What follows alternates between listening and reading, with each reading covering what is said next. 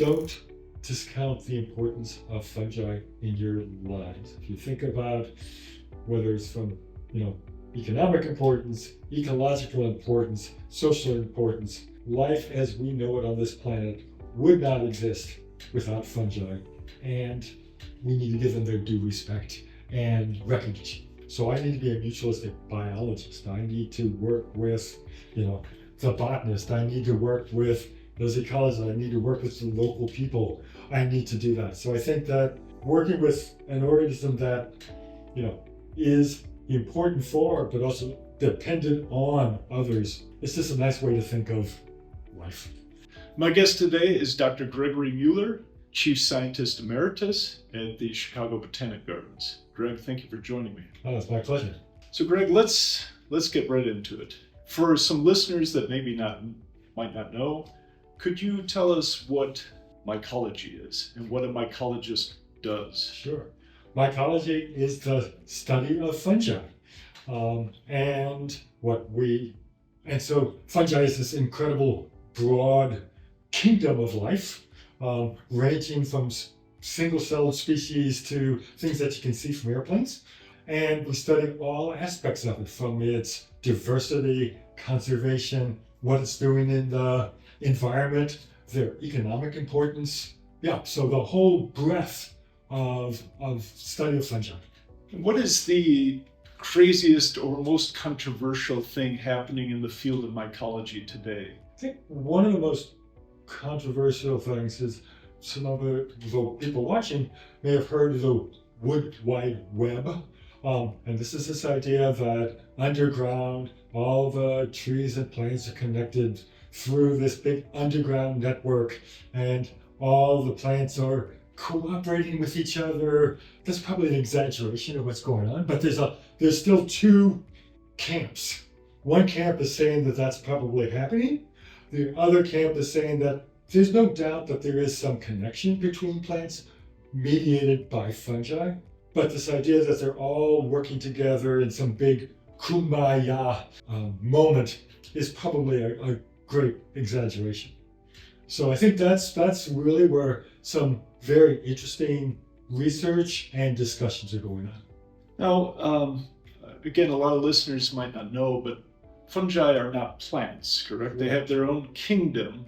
So could you describe what differentiates fungi from plants? Yeah. So if you think the three big kingdoms, and then there's bacteria and those, but big kingdoms are animals, fungi, and plants.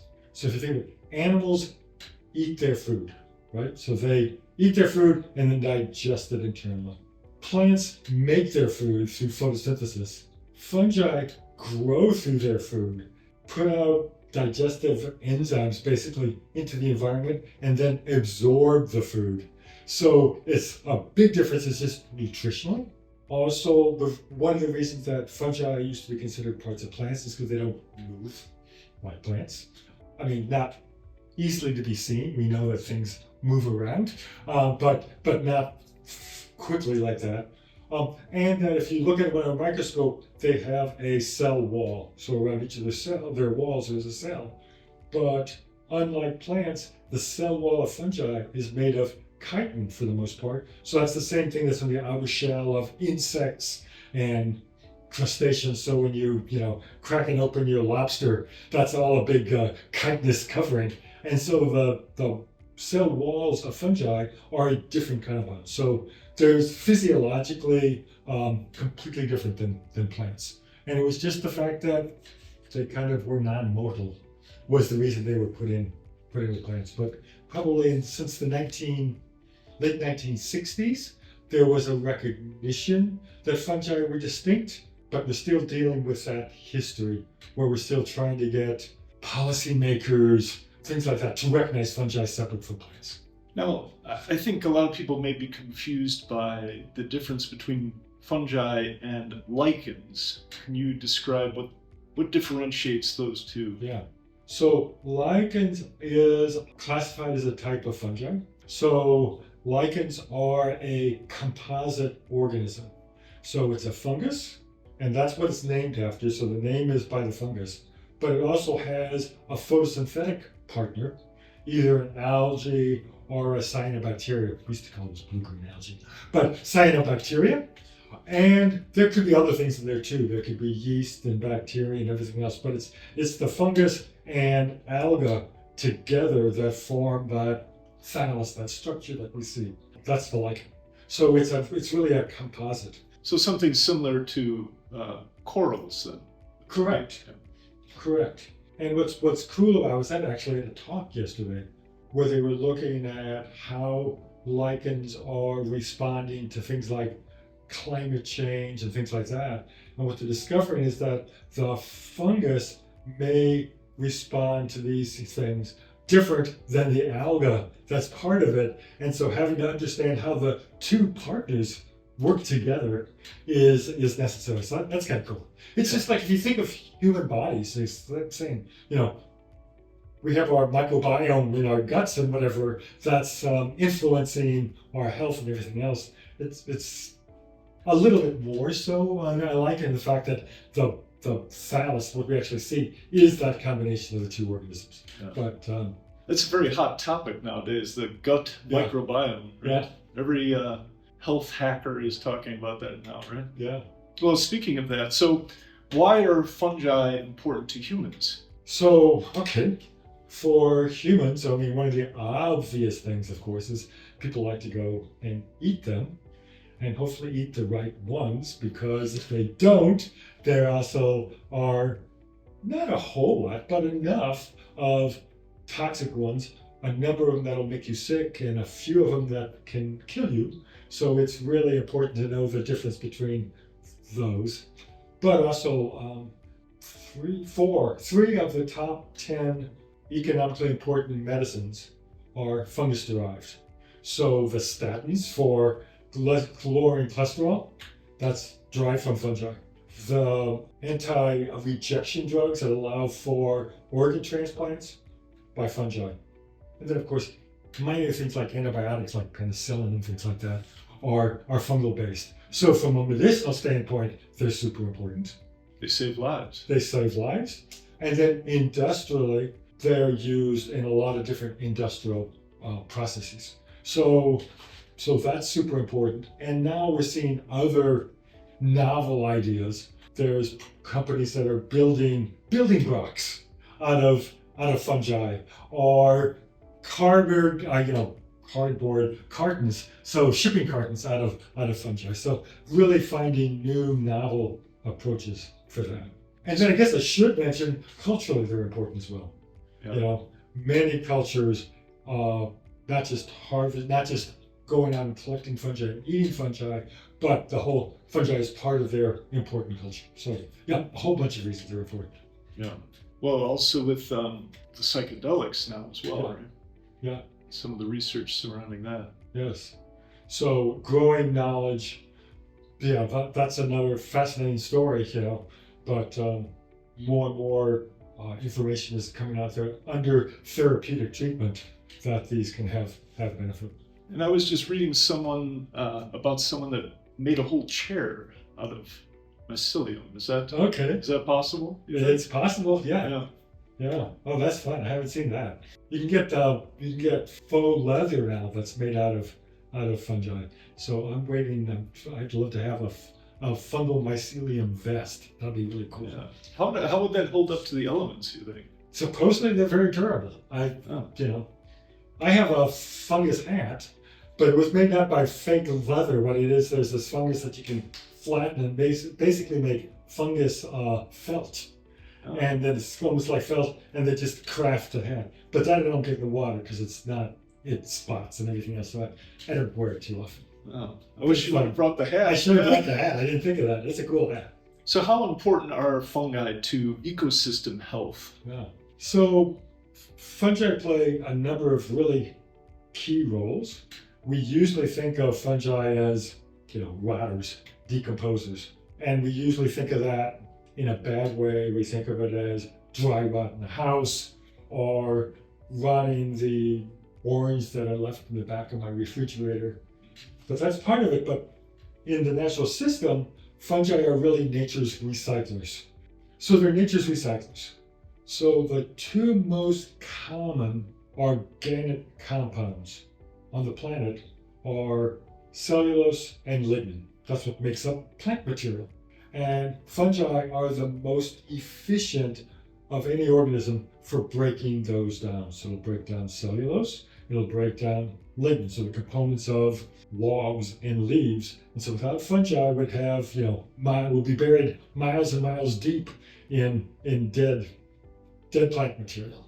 And oftentimes people ask me, well, lignin breaking down wood, isn't that what termites and stuff do? But in reality, termites have in their hind gut a whole microbiome, including fungi, and that's what's breaking down the woody material, because the termites can't break it down on their own. They're actually using this mix of bacteria and fungi to break it down, and then they eat the results of that. So decomposers are super important. We couldn't live without them. Some fungi are critically important pathogens of animals and people, but also of plants and other critters. And again, we think of that always bad. And it is when you have a planted plantation of a single species of tree, oftentimes maybe not even a native tree, and then you get a alien species that comes in, and they'll take out and cause millions and millions worth of damage. But in reality, in a native system with native plants and native fungi, you need to have the fungi play an important role because they promote a good age cast, right? You can't have all old trees. You need to lose some trees occasionally that open up what's called a light gap to allow enough light in there for other plants to grow to young. So in a native system, these pathogens are super important because they maintain a healthy forest or a healthy grassland. So pathogens are important. But then the other really big group of fungi are these mycorrhizal fungi. Myco again being fungus, and rhiza being basically foot, right? So because these are fungi that form a relationship with the roots of plants. Mm-hmm. And somewhere around 90 plus species of plants on the planet require fungi to grow and thrive.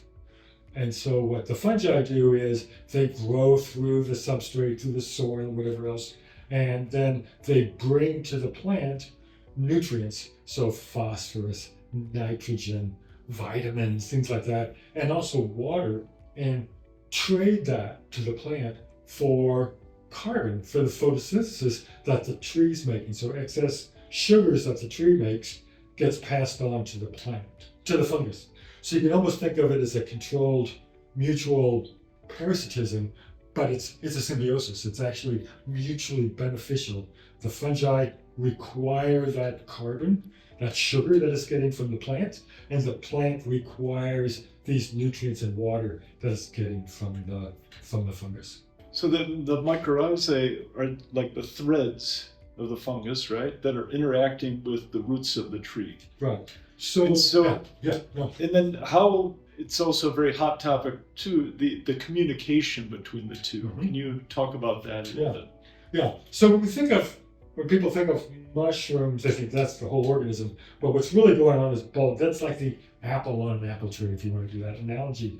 Underground are these thin microscopic hyphae, which then form masses called mycelium.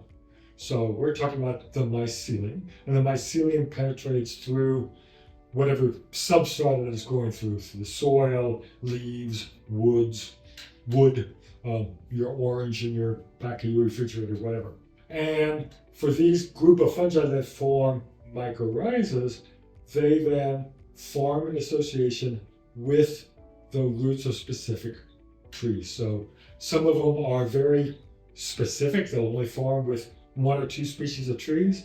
Others are much more generalist. So it just depends on them. But yeah, so there's, let's say, 3 major types of mycorrhiza. Some of them we don't think about. So orchids, and that's great because for those of you that are into orchids, which many people are, they require orchid mycorrhizas. And so the seeds of orchids are very, very tiny. They're called dust seeds.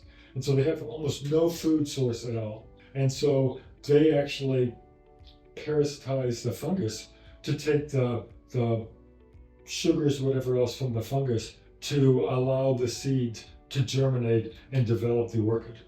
And now we're finding that a lot of older orchids also depend on fungi as supplemental for their growth. So orchids are all native orchids, all natural orchids are growing in association with fungi, with orchid mycorrhizas.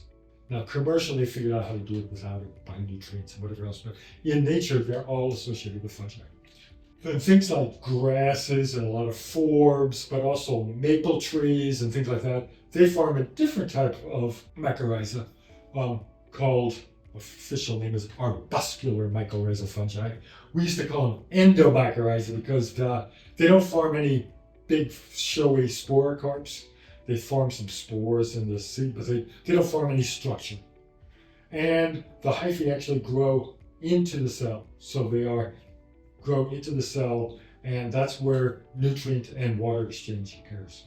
And then with things like pines and oak trees and that group, they form ectomycorrhizae.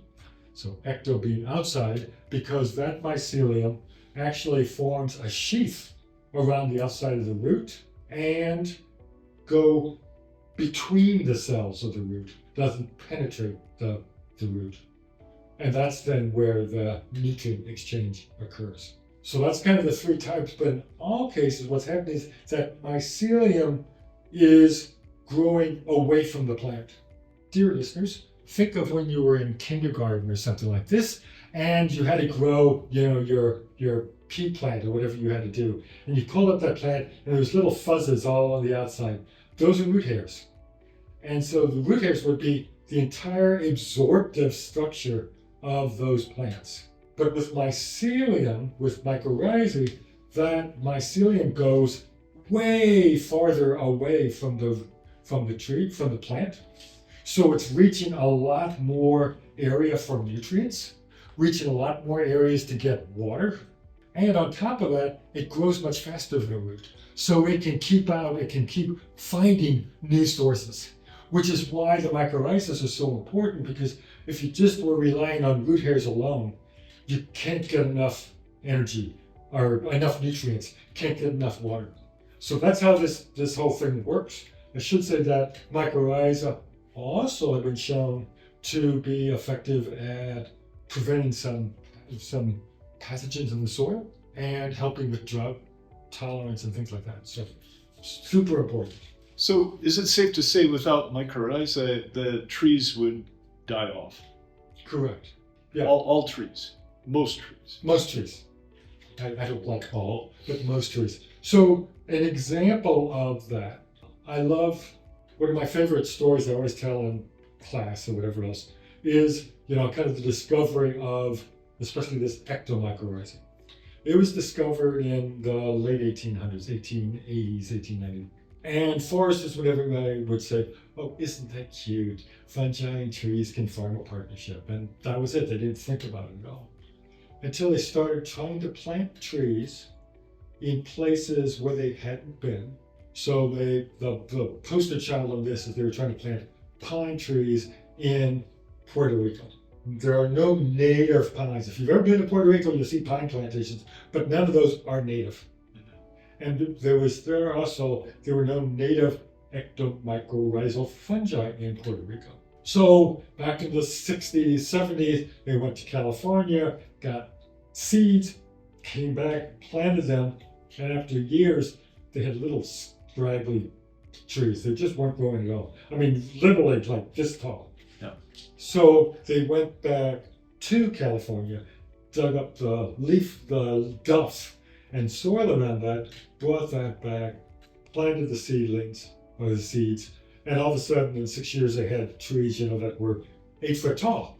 And when they finally tracked it down, it was because of the mycorrhiza. And so from that point on, foresters always said, oh, hey, this is actually important. So that's my story about the importance of, what do you want to call it, pure research, right? For 50, 60 years, nobody knew that was important. It was just a cute story. And then all of a sudden they realized that, oh my God, it's essential. And so, anyway, that's mycorrhizal. Oh, and then you were asking about the communication. Yeah. So what we know is that this mycelium's growing through the ground, right? And they can grow pretty wide. And so we know that this individual fungus can be on this tree, but it can also be on this tree, and maybe this tree. So started looking at, okay, can you have movement of nutrients or even signaling? So can there be communication between this tree and this tree and this tree through this mycelium? And the answer is, yeah, to some degree. Where it's gone then from that is this whole wood wide web or this big common mycelium network type thing, is that since this tree is connected to this tree and this tree is connected to that tree and that tree is connected to this tree and that tree, that this mother tree here in the middle can be talking about all these trees through there. There's not really great data to show that. There's probably limited communication. We know that there's some communication. We know that there's some nutrient flow from a tree to the little seedlings around it. We know that. But how far that extends, how much that's really involved as far as, what do we call it, beneficial communication, we don't know. In fact, there was just a paper that came out, I thought it was really cool, that they think that there could be cheating involved as well. So some plants will respond to an attack by insects or something like this by producing a bunch of chemical defense. Yeah. But that's expensive. It takes a lot of energy to do that. And so what the thought is now, it might be possible that this plant will send a fake signal to the plant next to it saying that, oh, we're under the attack, you better start doing that. And then that plant starts making these expensive chemicals, which actually reduces its using its resources when it doesn't need to, so it reduces its competitive against this. So even if there is communication, we don't know it's always positive, Nature, if you've ever watched a PBS show, knows that nature is not always nice. There is those that eat and those that are being eaten, and there's competition. And so we shouldn't think that what's going on below ground, there isn't competition going on there as well. This idea that it's all wonderful and everybody's playing nicely together just isn't the way nature works. That is a fascinating idea, though. Isn't there something also regarding kin recognition of a parent plant is able to recognize their offspring, if you will? That is, there are these two camps. One camp that really is into the positive interactions, and the other camp that says, well, hold on, we don't really have good data on that. So the camp that says it's positive say that they have documented this kin recognition. The other camp says, well, that data could be interpreted multiple ways, and we're not sure yet. So I think the verdict is still on that. Oh, let's talk a little bit about how they reproduce. They can reproduce both asexually and sexually. Can you expand on that a bit for us? Yeah. So fungi depends on the species of fungus. One of the ways is they just expand by this mycelium, right? But then they can produce, I think how to explain this easily. So sexual reproduction is when you have, two different individuals share genetic material, and then they undergo what's called meiosis. So they combine those material, and then produce basically a offspring that is the result of those two different individuals, right? We think of that with animals all the time, right? Mom, dad, whatever, the kid comes out somewhere in between. And so many fungi will do that. They'll do that, by their mycelium can come together and share, or things like that. But some fungi can do that, but they can also kind of jump that and just produce spores. Spores are like the seed, but without, when we think of seed, they have, they're bigger, they have nutrients around them. Spores are just a nucleus and a cell wall around it, okay? So they'll produce spores, but without having that whole interaction, just that individual can start producing spores, can just start reproducing itself. And the advantage of that is it's really quick. And if your environment where you're growing is stable, well, then you're already best adapted to that. And you can just keep producing more offspring that works perfectly well in that site. The disadvantage is if you have variance, so you've got temperatures changing and water changing or something like this, if there's no change, right? It's all genetically fixed. And so the advantage of sexual reproduction is it allows for this basically genetic experimentation is a little bit strong word, but this variance, and some of that variance is better adapted to this than to that. And so sexual reproduction is super important for long-term survival. Well, I'm going to preface that though, not preface it, but straighten that out. But for the most part, it's important for long-term survival. What stopped me here is I was talking about arbuscular mycorrhiza. They're a group of fungi that, as far as we know, only reproduce asexually. And they've been around for 500-600 million years. And so something's working. But exactly how that system works, is still being studied. So there are exceptions to the rule that you got to have sexual reproduction for being able to adapt and whatever else. So those fungi have figured out how to adapt without the traditional sexual reproduction. So you've done a lot of field research in places outside the United States, China, Central America. Are there any stories that you'd like to share regarding your field work in these places? Fungal stories or experiences? Either or both. A couple of interesting experiences. Fungal, it's amazing. There's, you find great fungi. I find great fungi when I go out in the woods around Chicago, but I find really great fungi when I'm in, Papua New Guinea, whatever. So from the fungal standpoint, I'll have to think of if there's any special fungal stories. Great stuff out there always, but there can be challenges doing field work. So one of fun things, we were in Venezuela and in the Amazonian region of Venezuela. So it was a great trip because our partner there was a medical doctor who set up the first air taxi system in Venezuela. So he had his own private plane and he had his own kind of houses scattered across the country. So we were in the Amazonian part where he had a little grass thatched hut that we stayed at. And the last night we fixed all of our food. We're all going the next day, and we get there and the plane won't start. So we end up, the villagers helped us. We got a really long rope and we wrapped it around there and we jump started the airplane, which was fine. I thought, let's hope the engine doesn't stop when we're up in the air. So that was one of the fun things. Yeah. So that was interesting. Was that pre-Maduro? Yes. Yeah. It was a great trip, but that was a little unnerving. Yeah. And this medical doctor he was super cool. And so if there's a problem, we'd hear him just mumble to himself, "Oh my God." And that was an "oh my God" moment. So, yeah. What are some life lessons that you've learned through your research in mycology? Well, kind of an overarching one for my research agenda is that I work with mutualistic organisms, right? I work with organisms that can't live on their own.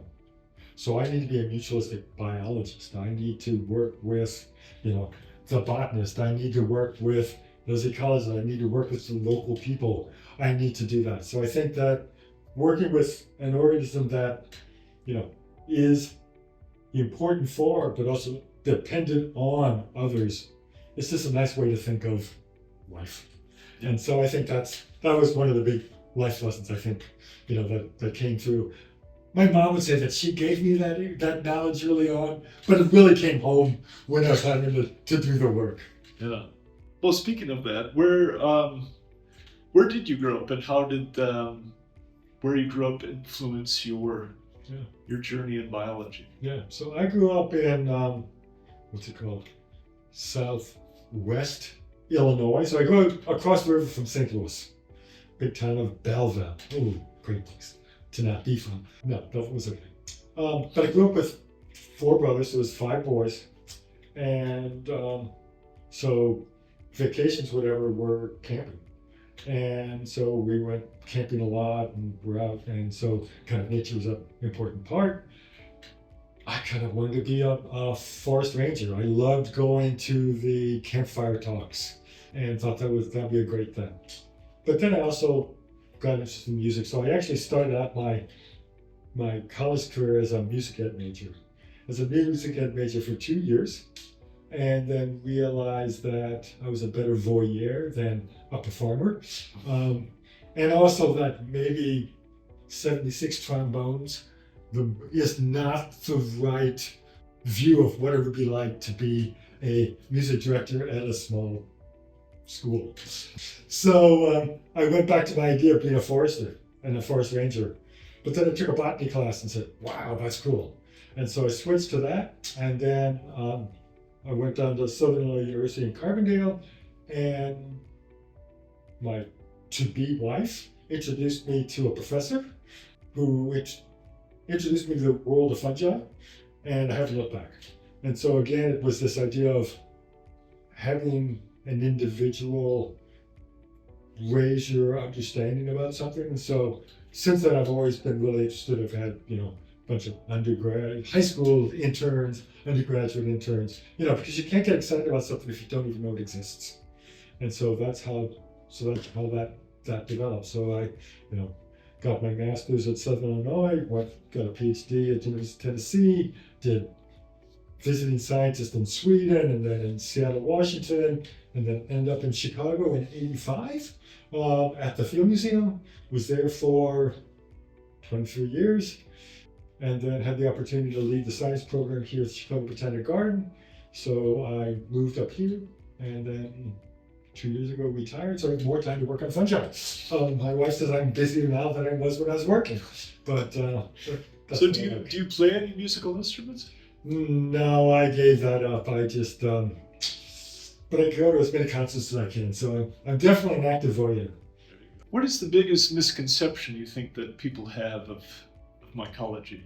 I think the biggest misconception of people have about fungi is that they're bad, they're evil. I used to start some talks for a while. I was starting reading from, mystery novels and whatever else, and usually if ever they want to evoke a mysterious dark, there'll be the dark, dank, fungus-infected walls of, and it was just like always negative. There was never a good thing about this.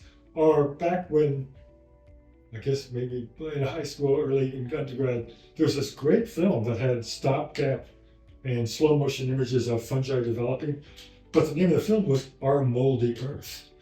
So it was always fungi were the bad guys, stamp them out before they get away. So I think that's the biggest misconception. And then the other misconception is they're just plants, take care of the plants, and we got the fungi taken care of. And so that's my other misconception. So currently, I think we're to the point where there's a much more realization of the importance of fungi. Oh, I just thought of something I forgot to bring up when we were talking about the importance of fungi and their role. One of the things that, especially the mycorrhizal fungi do, is that they're critically important for sequestering carbon. Capturing carbon is all the rage right now, as it should be. And it turns out that when, plants photosynthesize, so they capture carbon through CO2 and through photosynthesis, bring it down to the roots, then where does it go? Oh, it goes into the fungal mycelium, and then the fungi drop it down and put it in long-term storage into the soil. So super important for that.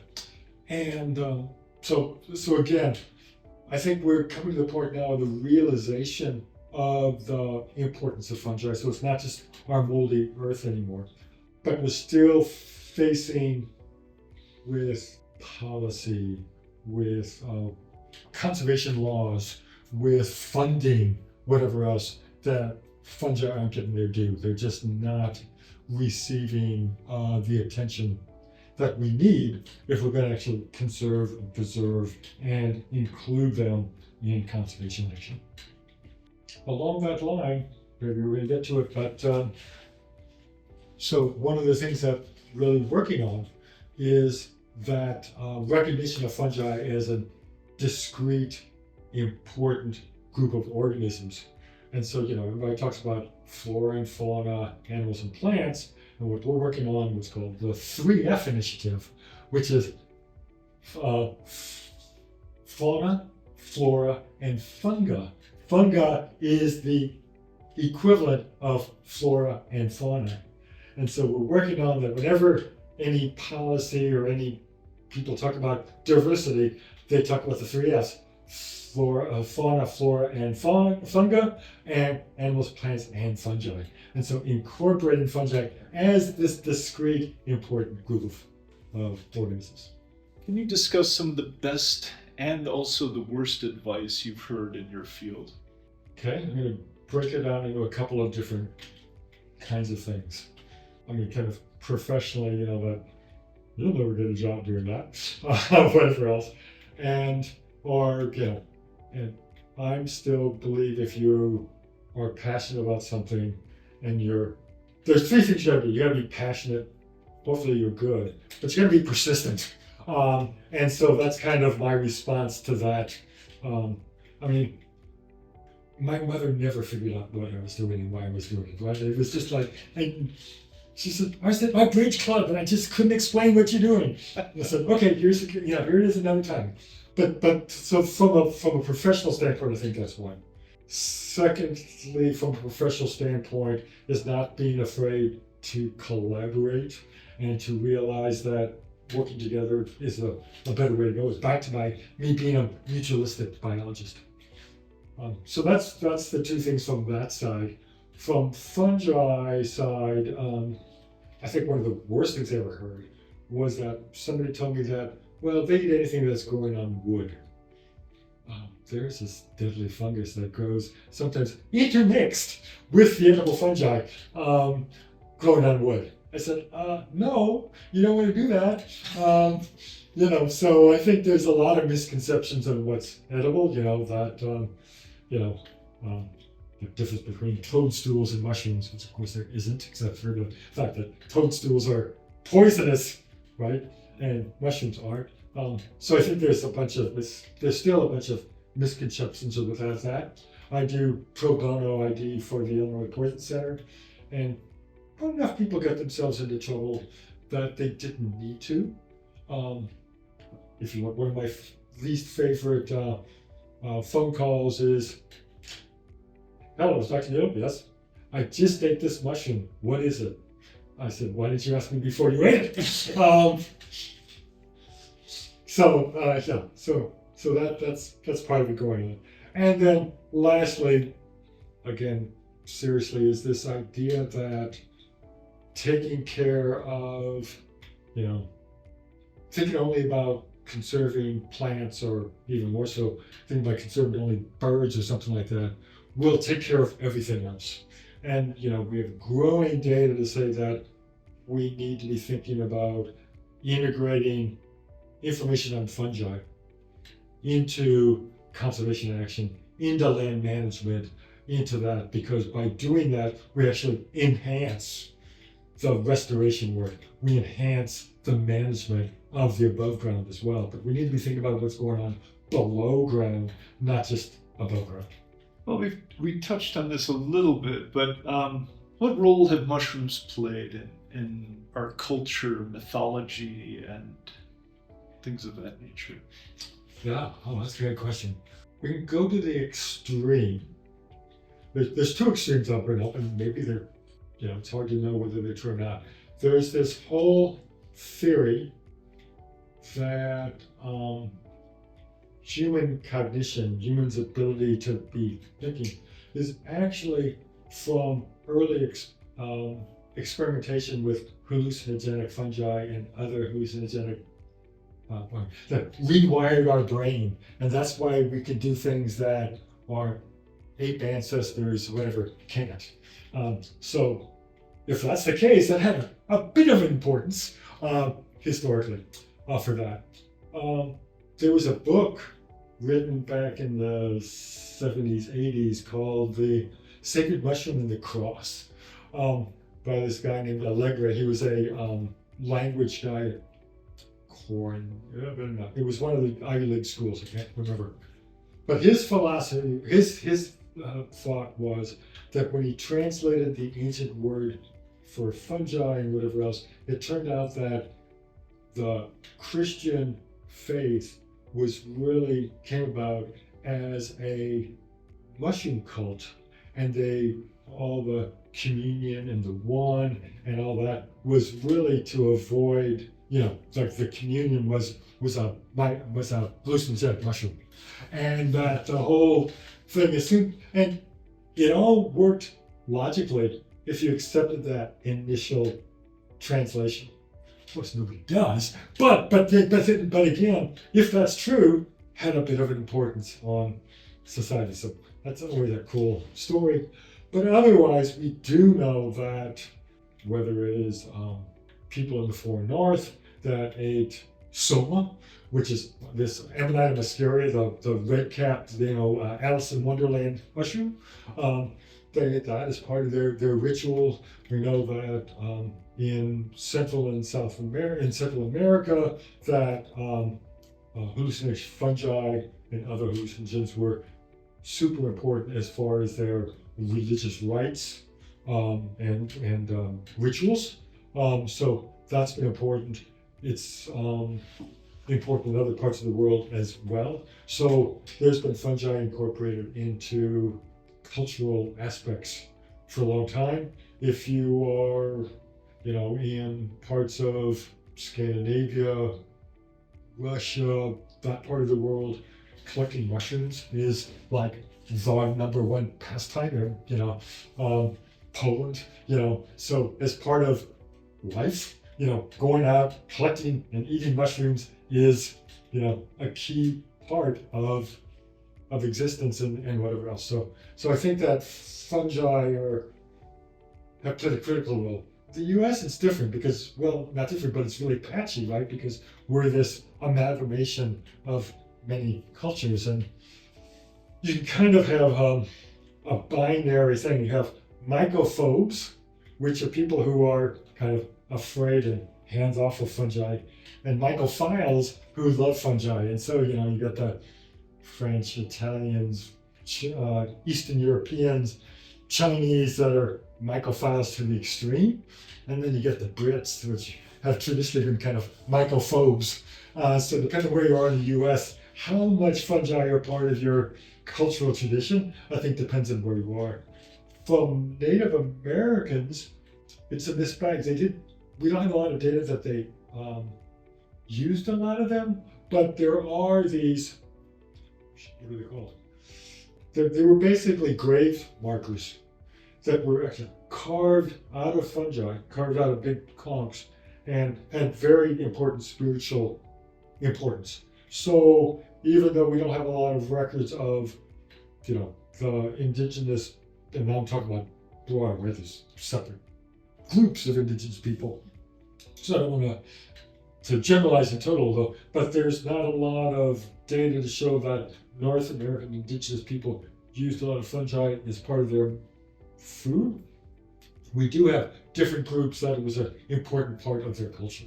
It really is an interesting theory, though, this idea that hallucinogenic mushrooms was the tipping point for intellectual capacity there. Yeah. And, the data are showing that after, experiencing you do see the world in a different light. And I guess that's what they're finding for some of the antidepressant and things like that, is it's actually, there is a bit of a rewiring going on. So it seems plausible that it had at least some impact. So what are some of the biggest threats to fungi today? Yeah. So fungi face basically the same threats as everything else. Biggest threat of, is just loss of habitat. As we have deforestation, grinding up the remaining prairies, the wetlands and whatever else. So that's of course a biggie. Pollution, we know that excess nitrogen deposition, so from farm runoff, whatever else, can really reduce the number of fungi and the amount of fungus that's in the soil. So pollution can be a problem.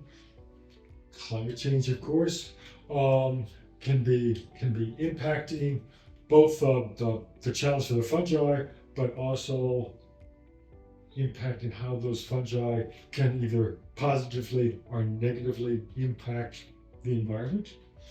So yeah, so a few species, most species we don't think are being negatively impacted by over-harvesting, but there are some that we know of. Caterpillar fungus from Tibet and Nepal and China, we know that is being over-harvested and is causing a decline. There's another common edible fungus, matsutake, that again is being negatively impacted. And we're finding more and more that we are seeing problems with unsustainable harvest. And so working with some groups now to try to develop protocols for sustainably harvest these different groups of fungi. So yeah, so if you think of something's bad for plants, it's probably bad for fungi as well. But the mitigation strategy might be a little different. Do you have a favorite fungi species? And if so, why? Yeah. Favorite fungus. So I'm going to give you two for two different reasons. One is I've worked on and off on this mushroom group called Lichens since my master's degree. So more than 5 years. And I work on it for a while, then go off, but it just keeps coming back to haunt me. And I come up with something new to do. We're actually working on a paper from describing new species from Costa Rica, at the moment. So, for almost 50 years, that thing. So that's got to be my favorite, just because it won't let me go. I keep finding something new to do with it. But from an ability standpoint, it's the chanterelles and the black trumpets, the craterellus. It's got this incredible nutty flavor that's just so good. So that'd be my favorite from a culinary standpoint. How can people help support conservation of fungi? I think there's a number of ways that individuals and groups of people can help support fungal conservation. One is just recognize that they're important and let people know that they're important. So kind of spread the word that these are important.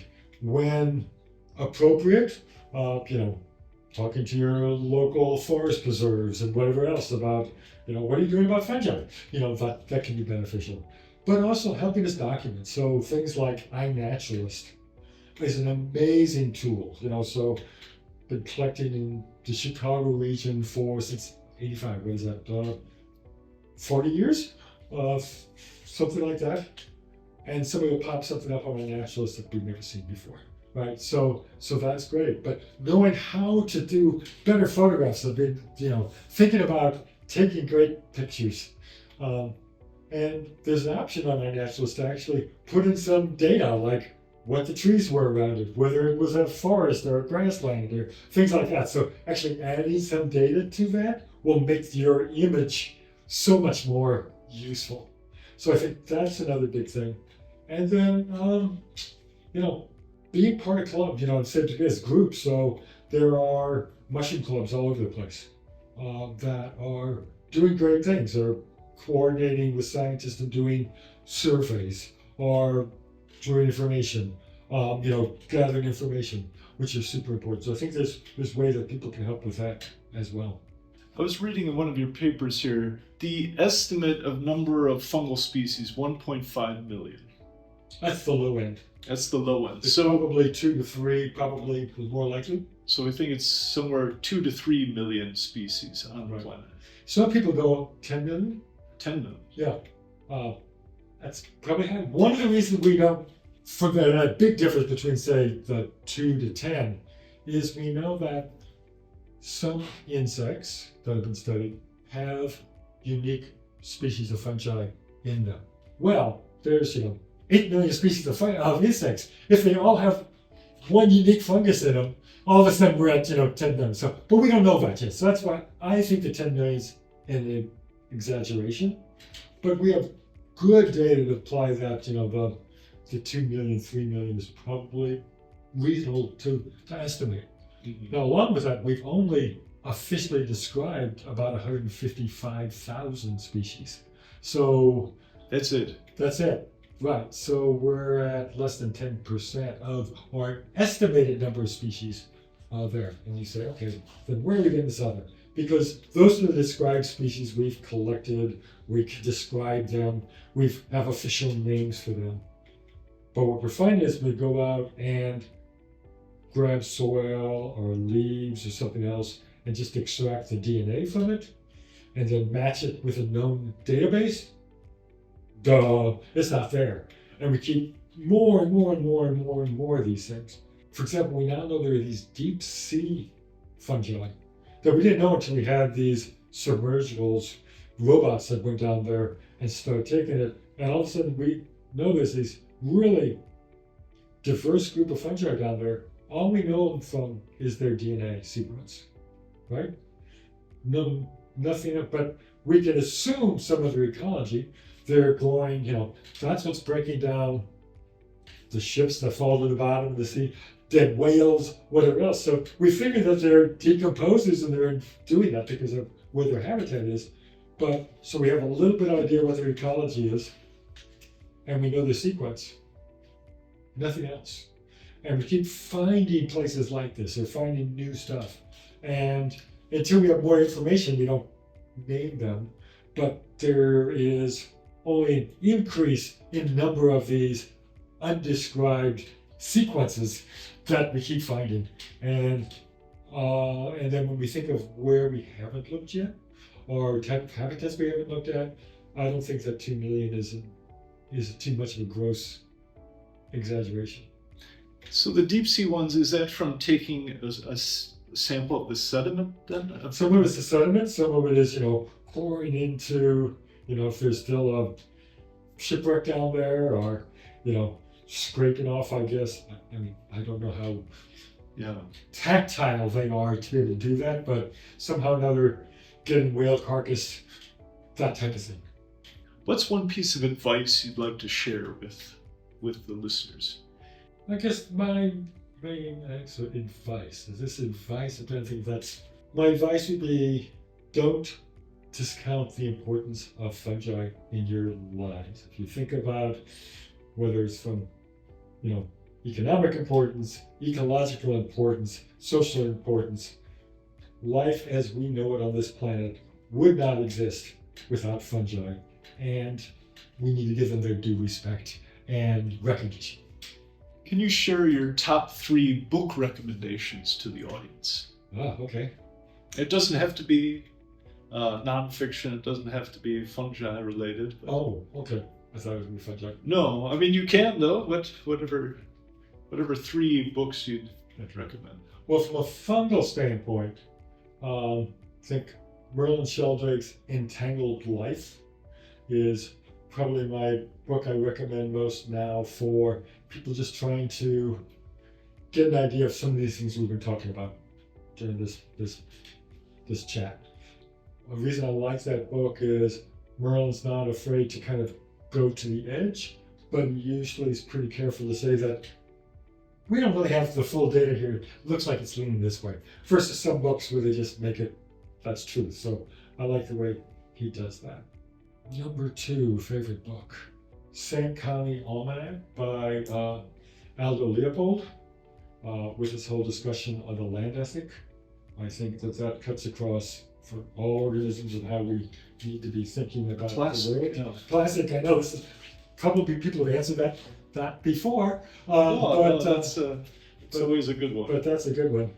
And then the last one, let me see, what would that be?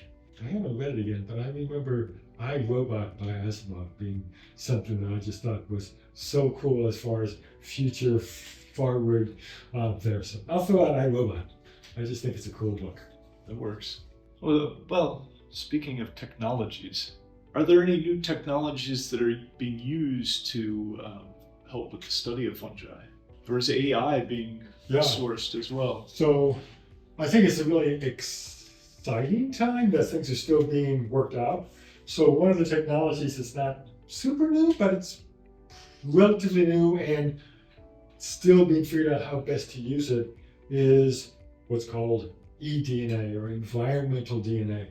What we mean by that is you go out and you grab some substrate, whether it's soil or roots or leaves or dead fish, whatever, and just sequence using these specific primers for fungi, and then see what's there.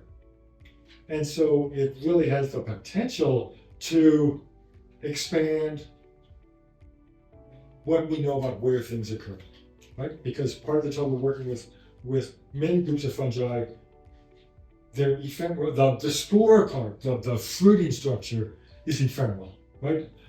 If I go out now, I'm not going to find any mushrooms in the woods. And even during the summertime, they're going to be up for a week or two and not there. So it's a real challenge as we document distributions, abundances. And so eDNA should be able to help with that, and it is. The trick is how best to interpret that data, because we also want to know what's there that is established and functioning. And what eDNA just says is that there's some DNA of it. It could be spores, it could be, dead mycelium, whatever else. So it doesn't say that thing is actually a functioning, important individual. So we have to figure out how best to use that. There can be false positives. And I think for those of you in the Chicago area, this will make sense. One of the issues we have is that rivers coming into the Great Lakes, into Lake Michigan, some of them have these invasive carp. We don't want them in the lake because they will decimate the commercial fishing industry. So there is electric barriers before the rivers enter into the lake, and they keep doing eDNA sampling on the other side of the barrier, and keep getting hits that they're there, but they've never found the carp there. So what they're doing is they're getting, scales or blood or semen or whatever else from the fish on this side in there. So it's great data, but you have to interpret that, because if you just say that, oh my God, they're there, that's a very different story that, oh no, the electric barrier is still working. So we have that with fungi too, right? You can have these false positives will imply that these species occur wherever. Another fungal-specific example is, I find fascinating. There's this mushroom, or this bracket fungus in the Pacific Northwest called Britidoporus nobilissimus. It can be, 3-4 feet in diameter, weighs a couple hundred pounds, the bracket. The bracket has only been seen on old growth fir and spruce, several 100-year-old trees. And there's, I think, 130 known individuals. But when they went on to eDNA sampling, they found the mycelium. They found that you could find it in almost every type of tree in the area, little saplings and whatever else. So people say, see, it's not a rare fungus. I said, well, are those things going to reproduce? how many are we growing 300-year-old spruce trees anymore? No. So, again, it adds some really interesting questions. It's fascinating that it can grow and I guess persist for some time, but it's not reproducing in those things. To reproduce, it still needs these 300-year-old big trees. So so that's eDNA. Sorry, long answer, but it's just something I'm really keen on right now. We're actually pulling together a task force to bring experts in to talk about how can we best come up with policy and guidelines for using eDNA for these different conservation questions. So it's something that's on the top of my mind because I'm involved with that at the moment. AI is really cool, has potential because it can start pulling together this disparate data that's scattered all over the place. So one of the things we do is what's called red list, which is basically it's an evaluation, an assessment of the chance of a species going extinct. Because, and the reason it's important is we never have enough resources, enough money, time, energy just to randomly say, I'm going to save this fungus, or this plant, or this animal. We need to prioritize. And one way to do that is by having these extinction risk assessments to say that, based on this data, we think that this thing's in trouble. So maybe we should focus on that. But that's pulling together data from, people that are working on it now, through the literature, through the gray literature that's maybe not published, through this and that. And so by information on satellite images to show how this forest is declined in the last 50 years or whatever else. What AI is going to allow us to do is pull all that data together, search through all that data, and come out there and really speed up and increase the accuracy of these assessments. So really excited about that. Been involved in a couple projects where we're starting to do that. There's been more, the stuff I've been involved with has been more machine learning, just not so much AI, but there are other folks that I know that are really starting to investigate the use of AI for this work. Or if you're doing restoration, have AI really search through all the studies that are out there and come up with some summary of what's working and what isn't working. So I think it's great. Long answer, sorry, but no, that's it's all right. Cool stuff. Is there anything else you wanted to talk about before we get wrapping up? No, I think you've covered. Yeah, You've done a good job covering it. All right. Well, Greg, I appreciate your time. I appreciate having this opportunity, and as you can tell, I kind of think fungi are cool, and I like to talk about it. So this was a great opportunity to talk to you and to your viewers. So thanks for the opportunity. Thank you.